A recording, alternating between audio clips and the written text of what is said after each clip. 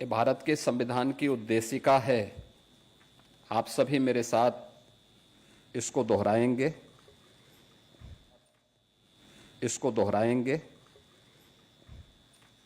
हम भारत के लोग भारत को एक संपूर्ण प्रभुत्व संपन्न समाजवादी पंथ निरपेक्ष लोकतंत्रात्मक गणराज्य बनाने के लिए तथा उसके समस्त नागरिकों को सामाजिक आर्थिक और राजनीतिक न्याय विचार अभिव्यक्ति विश्वास धर्म और उपासना की स्वतंत्रता प्रतिष्ठा और अवसर की समता प्राप्त कराने के लिए तथा उन सब में व्यक्ति की गरिमा और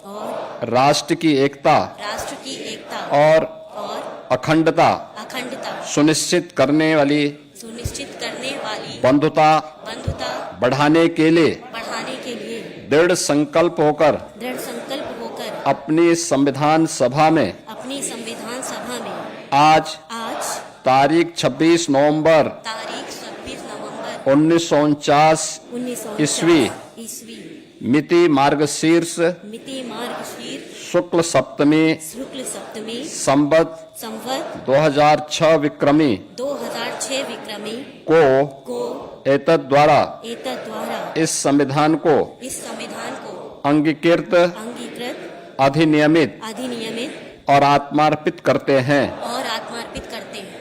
भारत माता की जय। बहुत बहुत धन्यवाद माननीय।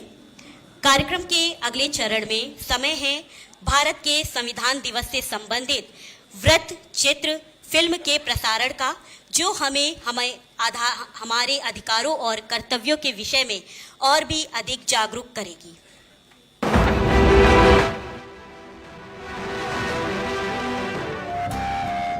भारत का संविधान ऐसा है जो प्रत्येक नागरिक के अधिकारों और सम्मान की रक्षा करता है, और यह हमारे संविधान निर्माताओं की दूरदर्शिता की वजह से ही सुनिश्चित हो सका है।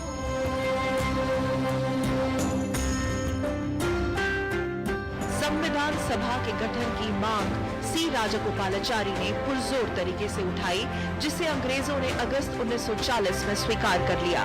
संविधान सभा के लिए हर 10 लाख की आबादी पर एक प्रतिनिधि चुना जाना तय हुआ। संविधान सभा 389 सदस्यों से मिलकर बनी थी, जिसमें 296 प्रतिनिधि स्वतंत्रता संग्राम से जुड़े हुए थे। इसमें 93 सीटें प्रिंसली स्टेट्स को दी गई। संविधान सभा में भारतीय स्वतंत्रता संग्राम में अहम भूमिका निभाने वाले थे पंडित जवाहरलाल नेहरू, हंसल मेहता, सरोजनी नायडू, दुर्गाबाई देशमुख, विजय लक्ष्मी पंडित, डॉक्टर भीमराव अंबेडकर, राजेंद्र प्रसाद, सरदार वल्लभ भाई पटेल, मौलाना अब्दुल कलाम आजाद, डॉक्टर श्यामा प्रसाद मुखर्जी, नलिनी रंजन घोष सहित कई जननायक शामिल हुए। साल 1946 और तारीख 9 दिसंबर, उस दिन संविधान सभा की पहली बैठक हुई। ये एक ऐतिहासिक शुरुआत थी भारतीय संविधान के निर्माण की। पहली बैठक के 2 दिन बाद ही यानी 11 दिसंबर को संविधान सभा ने डॉक्टर राजेंद्र प्रसाद को अध्यक्ष के रूप में और उपाध्यक्ष के रूप में हरेंद्र मुखर्जी को चुना। सलाहकार के रूप में नरसिंह राव को चुना गया। 13 दिसंबर को पंडित जवाहरलाल नेहरू ने संविधान सभा के सामने संविधान की उद्देशिका को प्रस्तुत किया। संविधान सभा द्वारा 22 जनवरी 1947 को सर्वसम्मति से संविधान की उद्देशिका को अपनाया गया, जो कि संविधान की प्रस्तावना के प्रेरक तत्व थे। संविधान निर्माण के लिए सभा ने 13 समितियों का गठन किया, जिसमें ड्राफ्टिंग कमेटी के अध्यक्ष थे डॉक्टर भीमराव अंबेडकर। 26 जनवरी 1949 को भारत का एक स्वतंत्र गणराज्य बना। स्वतंत्र भारत और गणराज्य भारत बनने के बीच के सफर में संविधान सभा ने 12 अधिवेशन किए। सभा ने कुल 166 बैठकें की, उसमें आम जनता के शामिल होने की भी अनुमति दी गई थी। इस तरह से संविधान निर्माण में कुल 2 साल 11 महीने और 18 दिन का वक्त लगा। 26 नवंबर 1949 को संविधान सभा ने भारतीय संविधान को अंगीकार किया और 26 जनवरी 1949 को उसे लागू किया गया। नवंबर से जनवरी यानी संविधान को अंगीकार करने और उसे लागू करने के बीच 2 महीने के उस वक्त में संविधान का अंग्रेजी से हिंदी में अनुवाद के काम को भी पूरा किया गया। Our Constituent Assembly is meeting in difficult circumstances. We see signs of strife in many places under some fortunate land. But other countries too, when they elected their constituent assemblies and asked it to frame constitutions for them, were faced with similar difficulties. And the assemblies were able, in spite of them, to frame constitutions which were acceptable to the people at large, which have become in course of time an invaluable heritage for the people of those lands. There is no reason why we should not succeed also similarly. हस्तलिखित संविधान की अंग्रेजी हिंदी की प्रति को सभा के सदस्यों ने 24 जनवरी 1950 को हस्ताक्षरित किया। उसे 2 दिन बाद संविधान में प्रदत्त शासन व नागरिकों के अधिकारों, दायित्वों और शक्तियों को पूर्ण रूप से लागू कर दिया गया।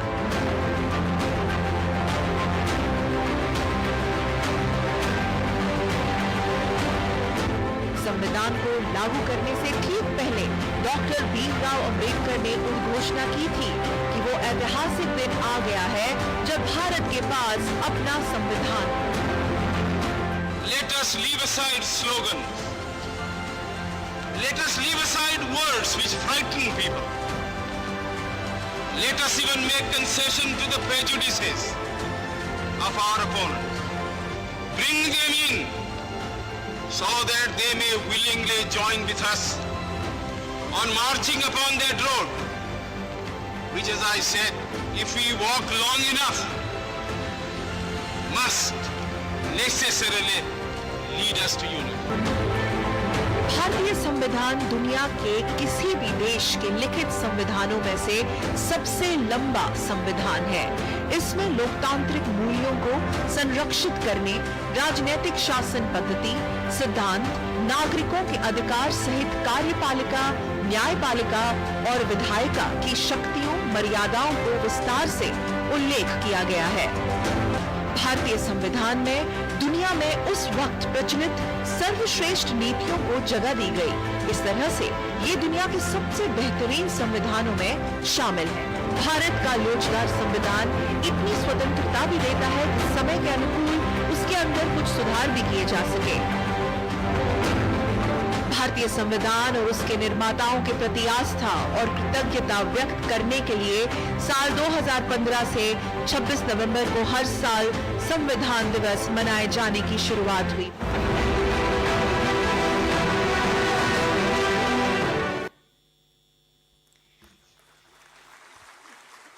संविधान के मूल्यों एवं आदर्शों से संबंधित विषय पर जनपदीय स्तर के विद्यालयों में वाद विवाद एवं निबंध प्रतियोगिता का आयोजन किया गया, जिनमें 3 उच्च स्थान प्राप्त हुए।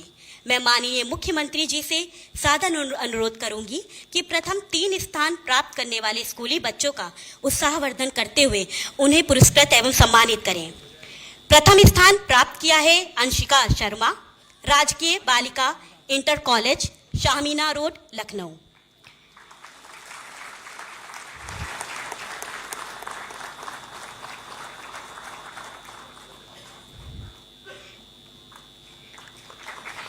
द्वितीय स्थान प्राप्त किया है उमंग चौरसिया, बाल निकुंज इंटर कॉलेज, मुहिबुल्लापुर।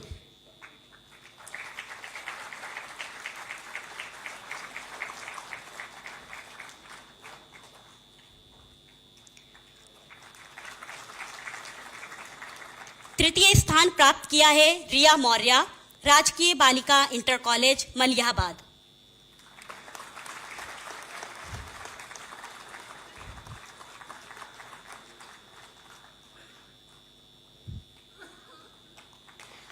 बहुत बहुत धन्यवाद माननीय।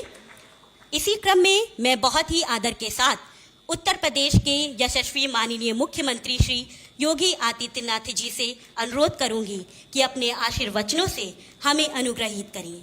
माननीय मुख्यमंत्री जी।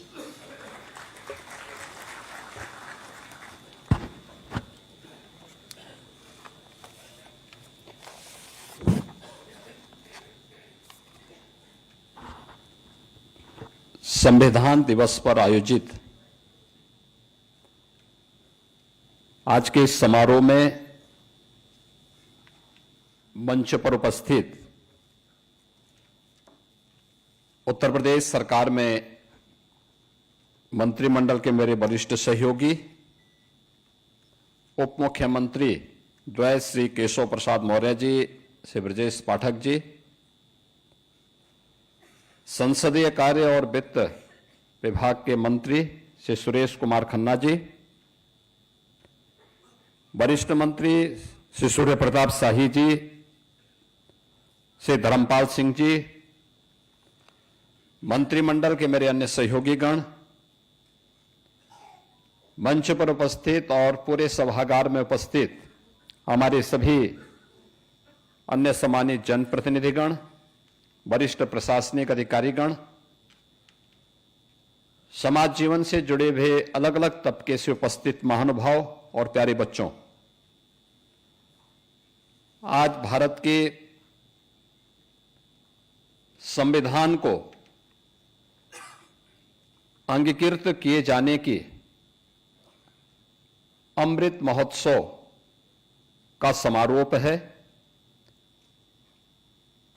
2015 से आदरणीय प्रधानमंत्री श्री नरेंद्र मोदी जी के प्रेरणा से पूरा देश 26 नवंबर की तिथि को संविधान दिवस के रूप में आयोजित करती है। मैं सर्वप्रथम इस अवसर पर भारत के संविधान के शिल्पी बाबा साहब भीमराव अंबेडकर की स्मृतियों को नमन करते हुए आप सभी को, पूरे प्रदेशवासियों को इस अमृत महोत्सव वर्ष पर जो संविधान के 75 वर्ष यानी संविधान के निर्माण के 75 वर्ष पूर्ण होने के उपलक्ष्य में आयोजित हुए थे और आज संविधान दिवस की भी हृदय से बधाई देता हूं। आज का दिन हम सब के लिए महत्वपूर्ण इसलिए भी है, जैसे कि आपने पूर्व के वक्ताओं को और जो एक शॉर्ट फिल्म यहां पर दिखाई गई है उसमें भी देखा है। भारत का संविधान 1946 में हुए संविधान सभा के चुनाव के उपरांत गठित एक संविधान सभा ने भारत के संविधान का निर्माण किया था, जिसकी अध्यक्षता डॉक्टर राजेंद्र प्रसाद जी, जो बाद में भारत के राष्ट्रपति बने, उनकी अध्यक्षता में बनी हुई संविधान सभा ने जो अलग अलग समितियां बनाई थी, उसमें ड्राफ्टिंग कमेटी के अध्यक्ष के रूप में इस संविधान को कितनी धाराओं में, कितने उपबंधों में कैसे संयोजित करना है, उस ड्राफ्टिंग कमेटी के अध्यक्ष के रूप में बाबा साहब भीमराव अंबेडकर की भूमिका अत्यंत महत्वपूर्ण भूमिका थी। जैसा कि यहां पे बताया भी गया कि 2 वर्ष 11 महीने और 18 दिन भारत के संविधान के निर्माण में लगे और भारत के संविधान निर्माण में जिन भी स्वाधीनता संग्राम सेनानियों ने अपना योगदान दिया और उस क्षेत्र के विशेषज्ञों ने इसमें अपना सहयोग किया, आज उसी का परिणाम है कि दुनिया के अंदर सबसे बड़ा संविधान, भारत की अनेकता को एकता में जोड़ने वाला संविधान अगर किसी के पास है तो हम सब भारतवासियों को बाबा साहब भीमराव अंबेडकर के द्वारा निर्मित इस संविधान पर गौरव की अनुभूति करनी चाहिए। बाबा साहब भीमराव अंबेडकर, उन्होंने उस समय भी जब इस संविधान की मूल प्रति को लेकर के उनकी समिति संविधान सभा के पास गई थी, उस समय भी उन्होंने इस बात को कहा था कि यह संविधान एक दस्तावेज है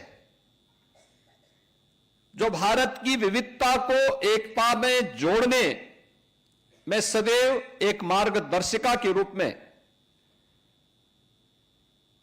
पूरे देश का नेतृत्व प्रदान करेगी। और हम सब भारतवासियों को इस पर गौरव की अनुभूति होनी चाहिए कि संविधान लागू होने के यह अमृत महोत्सव वर्ष वर्तमान में चल रहा है और संविधान अंगीकृत किए जाने का अमृत महोत्सव वर्ष का समारोह आज यहां पर आयोजित है। और इस अवसर पर हम लोग यहां पे इस आयोजन के साथ जुड़े हैं। हर संस्था में, हर पंचायत में इस प्रकार के आयोजन करके संविधान की प्रस्तावना का वाचन सभी संस्थाओं के द्वारा करने का एक प्रयास हुआ है। प्रधानमंत्री मोदी जी ने 2015 में संविधान दिवस के पीछे पूरे देशवासियों को इस बात के लिए प्रेरित किया था। अक्सर होता है कि हम में से हर व्यक्ति स्वतंत्र भारत का नागरिक होने के बाद स्वतंत्रता की उस वास्तविक कीमत को विस्मृत किए जा रहे हैं, क्योंकि हमने स्वाधीनता की लड़ाई को अपनी आंखों से नहीं देखा, हमने उन क्रूर यातनाओं को नहीं सहा। परिणाम क्या है? हर व्यक्ति केवल अपने अधिकार की बात करता है, लेकिन अधिकार तब संरक्षित होते हैं, अधिकार तब सुरक्षित होते हैं और अधिकार संपन्न कोई व्यक्ति तब होता है जब वह स्वयं अपने कर्तव्यों का निर्वहन करने की आदत डाले। कर्तव्य के बगैर अधिकार नहीं हो सकता। और जिन लोगों ने भी कर्तव्य के बगैर अधिकार प्राप्त करने का प्रयास किया है, वहां पर लोकतंत्र नहीं, वहां पर कोई ना कोई तानाशाह उस पूरी व्यवस्था को अपनी गिरफ्त में लेकर के वहां के आम नागरिकों के मौलिक अधिकारों को रौंदता हुआ दिखाई देता है। लेकिन भारत इस मामले में सौभाग्यशाली है कि भारत ने अपने संविधान को हमेशा लागू होने के बाद सर्वोपरि मान करके सदैव इसको सम्मान दिया। अपने स्वाधीनता संग्राम सेनानियों को, अपने प्रतीकों को सम्मान दिया और संविधान की उन मूल भावनाओं को, जिन मूल भावनाओं पर आधारित भारत का संविधान बना हुआ है, उसको अपने जीवन का हिस्सा बनाने का प्रयास किया। जब भी कोई देश अपनी इन मूल भावनाओं को सम्मान देते हुए आगे बढ़ता है, उसको विकसित होने में कोई रोक नहीं सकता। याद रखना, आजादी के अमृत महोत्सव वर्ष में प्रधानमंत्री मोदी जी ने देशवासियों के सामने विकसित भारत की एक संकल्पना रखी। विकसित भारत के लिए प्रधानमंत्री जी ने यही कहा था कि हर भारतवासी के सामने जब देश अपनी आजादी के 100 वर्ष पूरा कर चुका होगा, अभी हम 75 वर्ष में, लेकिन 2022 में उन्होंने कहा था कि 75 वर्ष हमारे आजादी के पूर्ण हो रहे हैं, लेकिन जब ये देश अपनी आजादी के 100वें वर्ष में जाएगा तब हमें कैसा भारत चाहिए। अगर हमें विकसित और आत्मनिर्भर भारत चाहिए तो इसके लिए हर भारतवासी को चाहिए कि वो उन पंच प्रणों के साथ जुड़े, जो पंच प्रण हमें हमारे दायित्वों का एहसास करा सके। ये पंच प्रण जिसमें हर व्यक्ति के लिए यह आवश्यक था कि वह गुलामी की मानसिकता से मुक्त हो। हर व्यक्ति के लिए आवश्यक था, हर व्यक्ति के लिए आवश्यक हो कि वह अपने सैनिकों का सम्मान करें। हम सब सुरक्षित इसलिए हैं, यह देश सुरक्षित इसलिए है क्योंकि माइनस टेम्परेचर में भी हमारा सैनिक देश की सीमाओं की सुरक्षा करते हुए वहां पर अडिग रूप से खड़ा है। हम रात्रि को सुरक्षित इसलिए महसूस करते हैं क्योंकि पुलिस का जवान निरंतर अपनी सेवाओं को दे रहा है। हमें यूनिफॉर्मधारी अपनी सेना, अर्धसेना, पुलिस बल के जवानों के प्रति हमारे मन में सम्मान का भाव होना चाहिए। अगर कोई एक व्यक्ति कहीं गलती करता है, उसके लिए पूरी व्यवस्था को कोसा नहीं जाना चाहिए। गलती का परिमार्जन करने का अवसर उन्हें देना चाहिए, और अगर कोई तब भी बार बार गलती करता है तो उसका परिमार्जन का अवसर उन्हें देते हुए उन्हें इस पर प्रभावी कदम उठाने के लिए कहना चाहिए। लेकिन हम उसके लिए पूरे सिस्टम को दोषी नहीं ठहरा सकते। अक्सर होता क्या है, हम लोग इन चीजों के लिए लोगों को कोसते हैं। अक्सर होता है कि अपने स्वयं के स्वार्थ के लिए हम लोग सामाजिक विद्वेष की खाई को चौड़ा करने का प्रयास करते हैं। एकता और एकात्मता के लिए जो प्रयास होने चाहिए, जो हमारा दायित्व भी होना चाहिए, यह हमारी एक नैतिक संवैधानिक दायित्व भी है और राष्ट्रीय दायित्व भी कि हम समाज की एकता और एकात्मता के लिए कार्य करें। यह भी उन पंच प्रण का हिस्सा होना चाहिए। हम अपनी विरासत का सम्मान करें। विरासत का सम्मान, भारत जैसे प्राचीन देश में हमारे पास एक भारी विरासत है, आध्यात्मिक और सांस्कृतिक परंपरा भी है, और स्वाधीनता संग्राम के दौरान अलग अलग क्षेत्रों में हुए अलग अलग संघर्षों में जिन महापुरुषों ने, जिन बलिदानियों ने अपने आप को समर्पित करके भारत की एकता और अखंडता के लिए मिलकर के कार्य किया, यह भी हमारे पास आज भी एक धरोहर के रूप में है। और अंत में नागरिक कर्तव्य, जो जिस क्षेत्र में कार्य कर रहा है वह ईमानदारी के साथ अपने कर्तव्यों का निर्वहन करे। याद करना, अगर हम भारत के संविधान का अपमान करते हैं तो यह अपमान बाबा साहब भीमराव अंबेडकर का अपमान है, भारत के स्वाधीनता संग्राम सेनानियों और बलिदानियों का अपमान है, उन गरीबों का अपमान है जिन गरीबों ने भारत के संविधान की ताकत के बल पर अपना लोकतांत्रिक अधिकार पाया है। उस आधी आबादी का अपमान है जिस आधी आबादी को भारत के संविधान ने पहले आम चुनाव के अंदर ही मत देने का अधिकार प्रदान कर दिया था। दुनिया के अंदर ऐसा नहीं था। दुनिया के अंदर आधुनिक लोकतंत्र का उद्घोषणा करने वाले तमाम देशों में जब आप लोकतंत्र की बात करते हैं, मताधिकार की बात करते हैं, तो दुनिया के अंदर आधुनिक लोकतंत्रवादी उन्होंने अपने कुछ ही तबके को मत देने का अधिकार दिया था।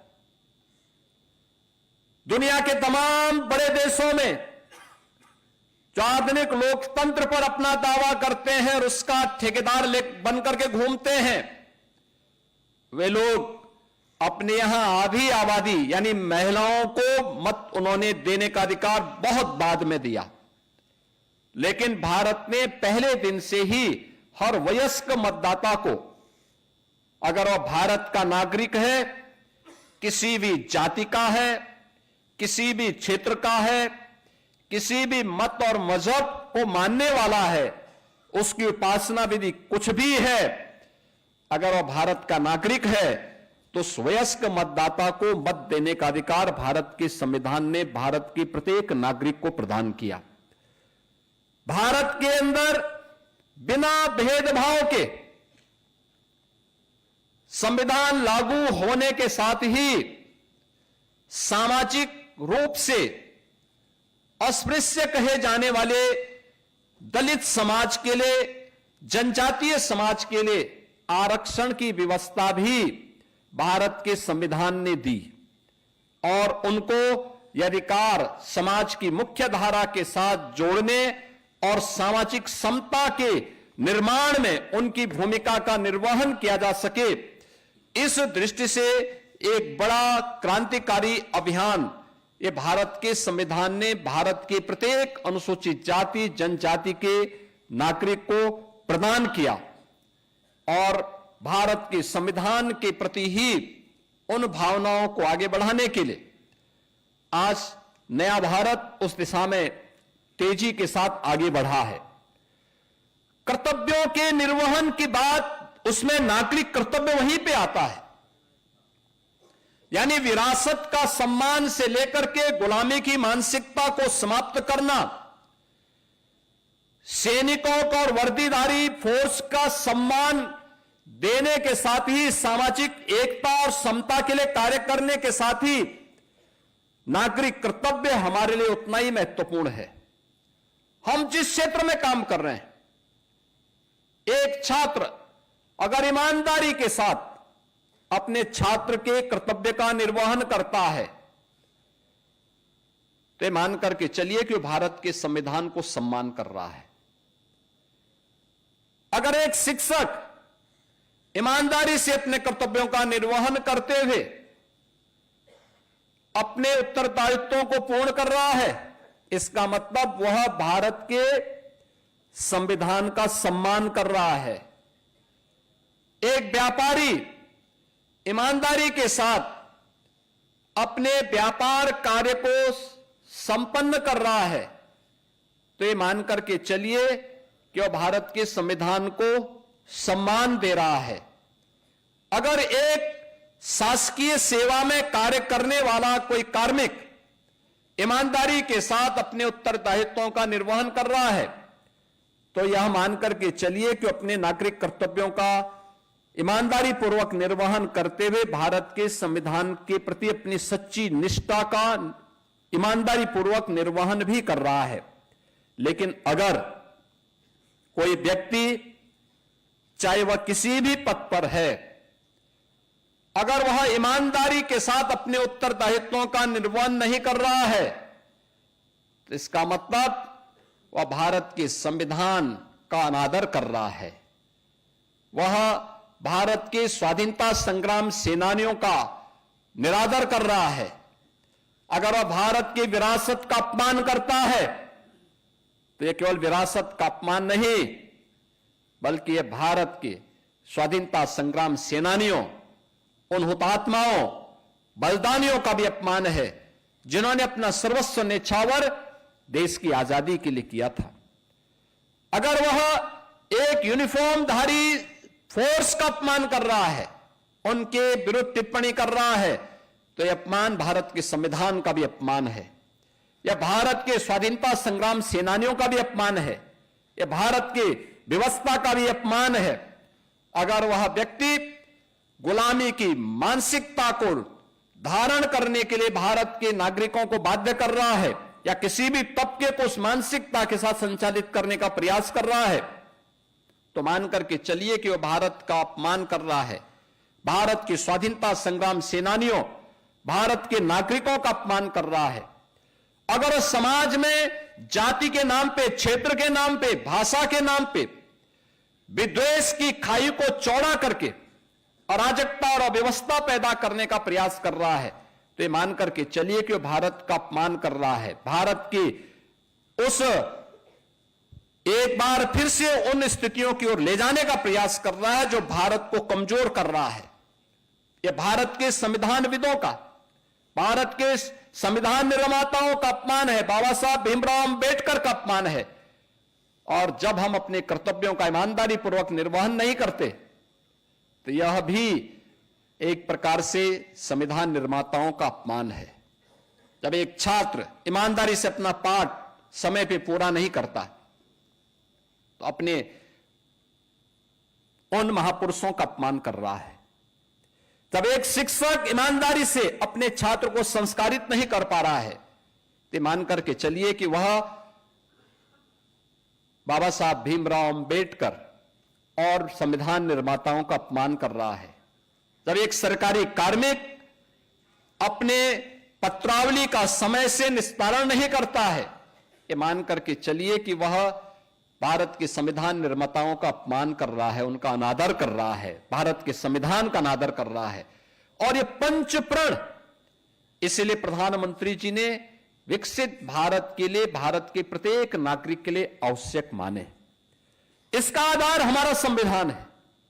भारत का ये संविधान, भारत के संविधान की वो मूल प्रति, उस संविधान की मूल प्रति को जिसे 26 नवंबर 1949 को बाबा साहब भीमराव अंबेडकर की नेतृत्व की ड्राफ्टिंग कमेटी ने संविधान सभा को सौंपा था, उस प्रति को अगर आप देखेंगे, और मैं तो मानता हूं कि हर भारतवासी के घर में वह प्रति होनी चाहिए और उसकी प्रस्तावना का वाचन हर परिवार में होना चाहिए।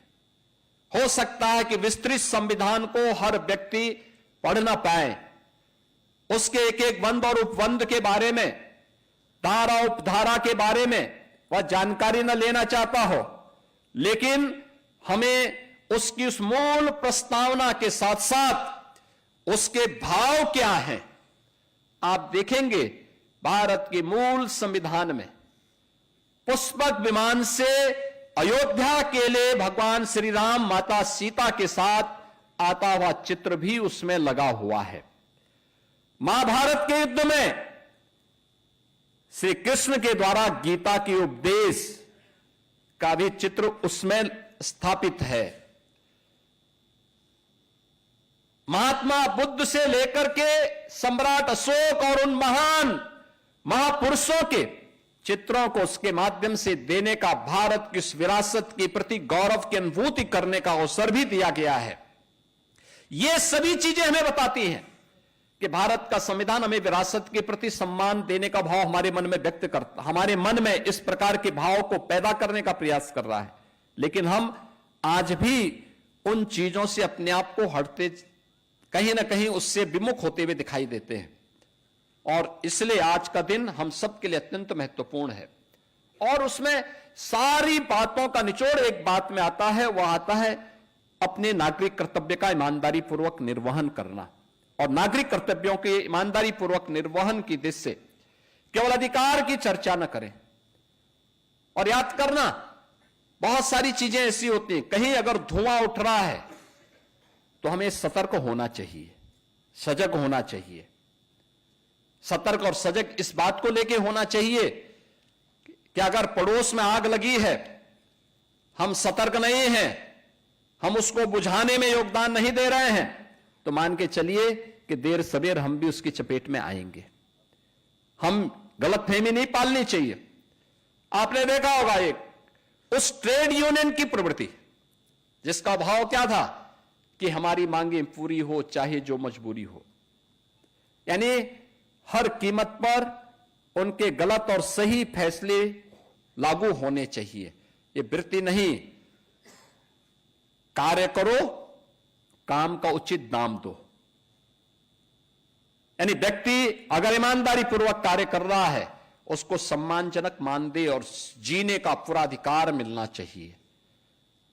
यही तो लगातार आज देश के अंदर प्रधानमंत्री मोदी जी के द्वारा, उनके नेतृत्व में डबल इंजन की सरकार के द्वारा जो प्रयास प्रारंभ किए गए हैं, उसी श्रृंखला का हिस्सा है। आज के इस अवसर पर मैं आप सबका आह्वान करूंगा, विकसित भारत की संकल्पना को आगे बढ़ाने के लिए विकसित उत्तर प्रदेश चाहिए, और विकसित उत्तर प्रदेश के लिए विकसित लखनऊ या हरेक स्तर पर उस प्रकार की एक मानसिकता हम सबको पैदा करनी पड़ेगी। मुझे बताते हुए प्रसन्नता है, हमने गत विधान मंडल के सत्र के दौरान इस पे एक 24 घंटे की चर्चा चलाई थी, और इस पे हुई वह चर्चा 12-13 अगस्त को हुई यह चर्चा। मुझे बताते हुए प्रसन्नता है कि हम लोगों ने जब इसका पोर्टल लॉन्च किया और प्रदेश भर से सुझाव मांगे, मुझे बताते हुए प्रसन्नता है कि अब तक हमें 98 लाख से अधिक सुझाव प्राप्त हुए हैं विकसित उत्तर प्रदेश के लिए, विकसित भारत, विकसित उत्तर प्रदेश के लिए। हर व्यक्ति ने अपने स्तर पर सुझाव दिए हैं, अलग अलग सेक्टर में दिए हैं। शिक्षा में क्या होना चाहिए, हेल्थ सेक्टर में क्या होना चाहिए, एम्प्लॉयमेंट और स्किल डेवलपमेंट के लिए क्या कुछ किया जाना चाहिए, पब्लिक ट्रांसपोर्ट में क्या कुछ होना चाहिए, एग्रीकल्चर और इरिगेशन में क्या कुछ होना चाहिए, इन्वेस्टमेंट के लिए, सिक्योरिटी के लिए, सुशासन के लिए क्या कदम उठाए जाने चाहिए। 98 लाख से भी सुझाव अब तक हमें प्राप्त हो चुके हैं। ये चीजें दिखती हैं, और ये हर तबके के लोगों ने दिया है, हर तबके के लोगों ने सुझाव उपलब्ध करवाए हैं। यह दिखती है कि व्यवस्था के साथ हर व्यक्ति जुड़ना चाहता है, हर व्यक्ति चाहता है कि कुछ चेंज हो, कुछ अच्छा हो, अच्छा होने की प्रवृत्ति। 98 लाख लोगों का मतलब हर 5 परिवार में से एक परिवार का हमारे पास सुझाव आ चुका है। 5 परिवार में से एक परिवार ने हमें सुझाव दे दिया है, और यह प्रक्रिया आगे बढ़ेगी। इन सब में हम लोगों ने तय किया है, जैसे यहां पे संविधान दिवस के अवसर पर पिछले 1 वर्ष के अंदर अमृत महोत्सव वर्ष के अवसर पर, संविधान अंगीकार किए जाने के अमृत महोत्सव वर्ष पर हुई अलग अलग प्रतियोगिताओं में यहां पे कुछ छात्र छात्राओं को हमने मंच पे सम्मानित किया। ऐसे सरकार ने तय किया कि जो अच्छे सुझाव आए हैं उनकी हम 2 श्रेणियों में उसको हम ले रहे हैं, एक जनपद स्तर का और एक प्रदेश स्तर का। जनपद स्तर के हर जनपद में 3 और प्रदेश स्तर के जो 5 अच्छे सुझाव होंगे, उन्हें हम इसी प्रकार के किसी समारोह में सम्मानित करने का कार्य करेंगे। यह हमारी राष्ट्र के प्रति, देश के प्रति अपनी सेवा होगी, और इसकी शुरुआत सबसे छोटी इकाई से हमें प्रारंभ करना पड़ेगा। आत्मनिर्भर ग्राम पंचायत होगा, आत्मनिर्भर वार्ड होगा, तो आत्मनिर्भर जनपद भी हो जाएगा, आत्मनिर्भर प्रदेश भी हो जाएगा, और आत्मनिर्भर भारत भी होगा। आत्मनिर्भर भारत होगा तो विकसित भारत की संकल्पना हमसे दूर नहीं हो सकती है। इस विश्वास के साथ मैं आज के इस अवसर पर संविधान दिवस की अंगीकृत किए जाने की इस तिथि पर, संविधान दिवस के अवसर पर पूरे प्रदेश वासियों को एक बार फिर से हृदय से बधाई और शुभकामनाएं देता हूं। बाबा साहब भीमराव अंबेडकर की स्मृतियों को नमन करते हुए आप सबको इस आयोजन में भाग लेने के लिए हृदय से धन्यवाद देते हुए वाणी को विराम देता हूं। धन्यवाद। जय हिंद। माननीय मुख्यमंत्री जी के प्रेरक और ओजस्वी शब्दों के लिए बहुत बहुत धन्यवाद। आप सभी से अनुरोध है कि राष्ट्रगान के लिए अपने स्थान पर